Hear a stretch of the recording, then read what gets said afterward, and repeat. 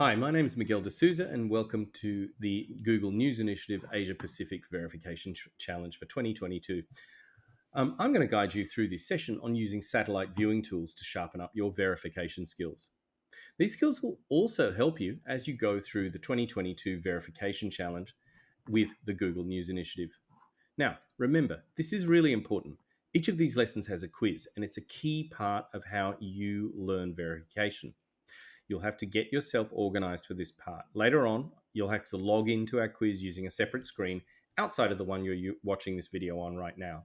You probably want to use something like a laptop or an iPad. Okay, but today we're going to talk about satellite views. Now, there are many ways to get a satellite view of a location around the world. Today we'll touch on a few. Google Maps Satellite View, Google Earth, Earth Pro, and Bing Maps Satellite View are amongst a few of the different tools out there. If you watched previous videos in this series, you'll know we've talked about Google Maps and introduced you to the Street View tool.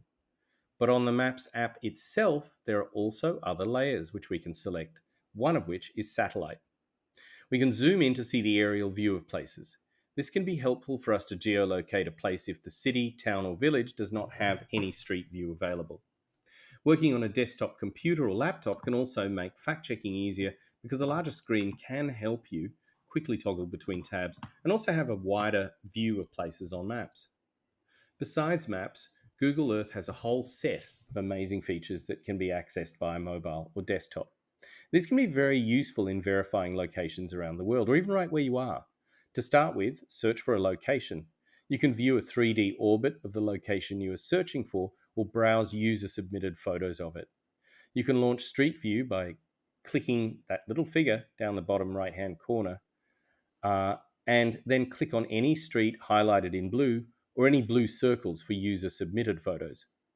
The blue lines take you to Street View, which, just like on maps, you can navigate around the place by moving forwards, backwards, and forwards, and so forth.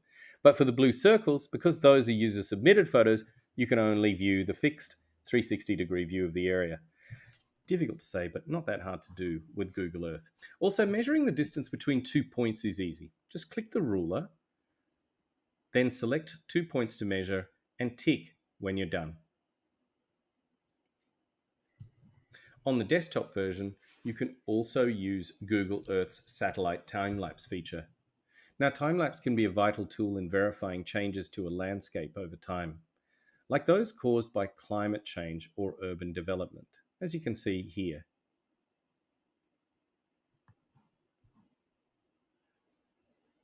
You activate time-lapse just simply by clicking on the small icon down at the bottom left-hand corner of the screen. Now, just like we saw with Street View, things can change in a place over time. We can use the time-lapse function to see macro changes in a large area over time. But if you'd like to see old satellite imagery of a place and be able to zoom in to see at the best possible resolution there is, you can always try using Google Earth Pro. Google Earth Pro is a desktop tool, which requires you to download it onto your computer. The plus side of it is you can use it when you're not on the internet. Now, once you search for a location, you can click on the clock icon to see old satellite images from previous years. You can see the effects of development, for instance, in an area over time, which becomes easier to compare when you have older satellite imagery of the same landscape. Now, Google may have an extensive database of satellite imagery, but there might be times when the satellite view is compromised on Google. Perhaps it's not the best angle or resolution. Well, you've always got an alternative if you use Bing Maps. Now, Bing has a different satellite provider to Google and will sometimes give you alternative images. Another crucial skill in locating a place using satellite view is your ability to locate objects like street layouts, highways, overpasses, bridges, special statues or monuments, even key architectural details like big buildings, unique ones. Sometimes even commercial signs, if they're big enough, could identify a location for you. Now, importantly, you can always Google these locations to see if there are unique places for you to search for. So have a look at some of these pictures here. Imagine if you were able to sort of identify and Google those, you'll be able to identify the locations they're from. So if your location is on a video, get used to watching it a lot. Now, here's a really useful tip. If you are watching a video on YouTube, you can use comma key to move videos forward by a single frame. Now, this is really important because this can actually help you isolate objects in a video. And again, that'll help you identify them from space. Now, videos can also have other clues which aren't necessarily visual. Look at things like people's speech, language, dialects, place names. These can all give you valuable clues as to where to start your satellite search. Now, are you ready to be tested? So what we'll need to do now is, and it'll take me a little time to explain this to you. You can see some instructions on screen, and I'm allowing you a very generous amount of time. Go to quizzy.com, key in the code that you see on screen, input your nickname that you've been using throughout the verification challenge. That's important. And you'll have 3 minutes to answer. That's a very generous period of time. Now, again, this time, and you can see a little counter down there on the screen, I'm actually allowing you some time to set up.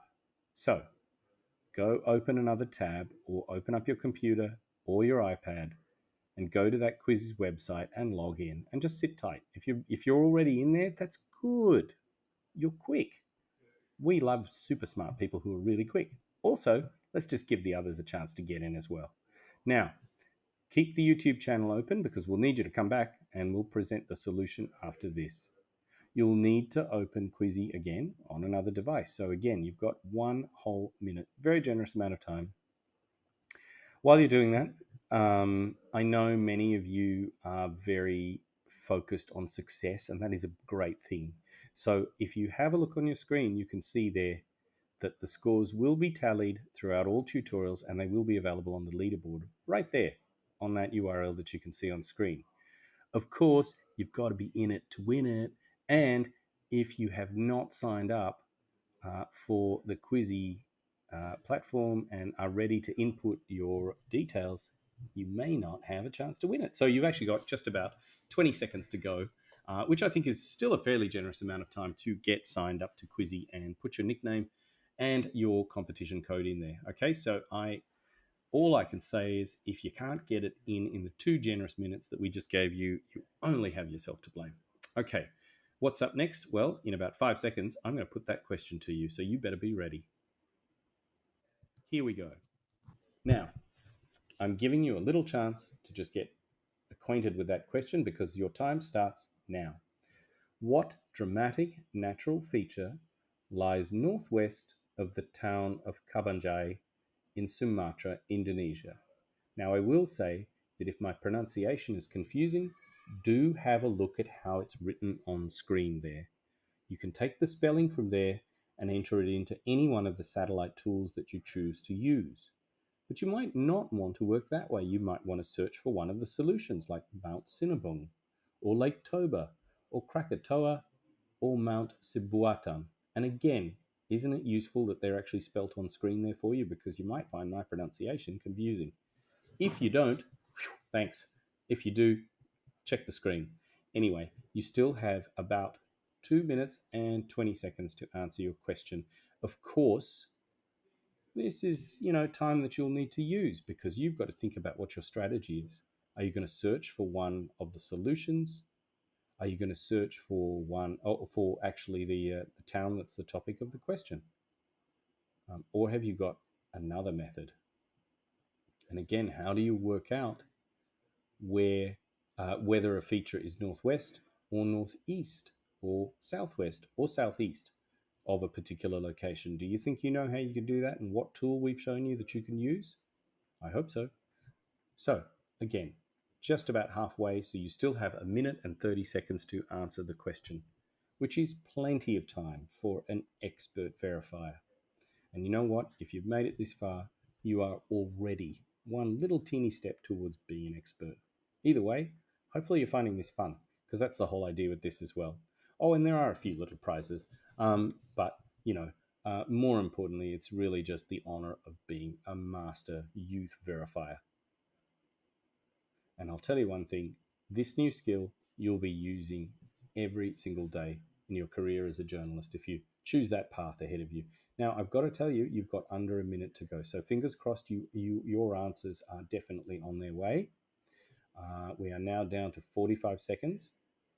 And pretty soon, the clock is going to count down all the way down to zero. And I'm going to actually tell you the answer. But I'm actually going to tell you how to find the answer too. So hopefully things are going smoothly for you. You are just keying in the last little bit of your answer because we are almost done. We're right down to about 20 seconds. I'll give you some peace and quiet to concentrate on your answer. No, I won't. I'm going to tell you that you need to get that answer in, and we're going to head over to Quizzy any second now and find out. And remember, if you are really good and you got it right and you've got everything right, check the leaderboard. So we are down to the last 5 seconds, and I'm going to tell you how to work out the answer.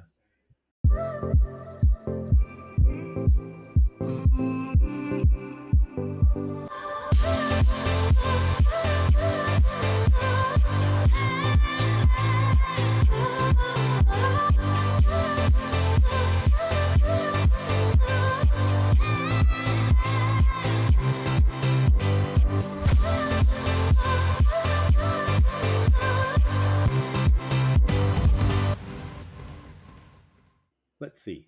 Did you have fun doing that one? Or did that one just have you pulling your hair out? Well, you're probably curious as to what the answer was. Well, here is the solution. Now, what you can do is search for the location we asked for. Once you find it, you can check the orientation of the map using the compass tool. I'll show you where that is. See down there, down the bottom right-hand corner? If you click on that, as you orbit the location, you'll be able to see that little compass tool turn around and point northeast. Or you can always zoom out and again, look northeast and switch on labels to then determine what objects in different directions are. So in this case, I found Mount Cinnabung to the northwest of the town that we were looking for. Is that what you found? Hopefully it is. Now, thank you, everyone. I really hope you found that quiz useful. If you want to keep track of your progress throughout Chapter 1 and beyond, we'd ask you to bookmark our website at this link shown that you can see on screen. There's a leaderboard there that we'll update with your scores after every quiz. And if you have any questions at all, we have an FAQ page on our website. And if you find that that page doesn't answer your query, you can always reach out to us at this email address and our amazing team will get back to you. The email address is gniverificationchallenge@themasterplan.com.sg. Now, that wraps it up for today. It's been fantastic having you along for the ride. I really hope you enjoyed yourself. And you know what? Hopefully I see you back here tomorrow for a little bit more of the Google News Initiative Verification Challenge.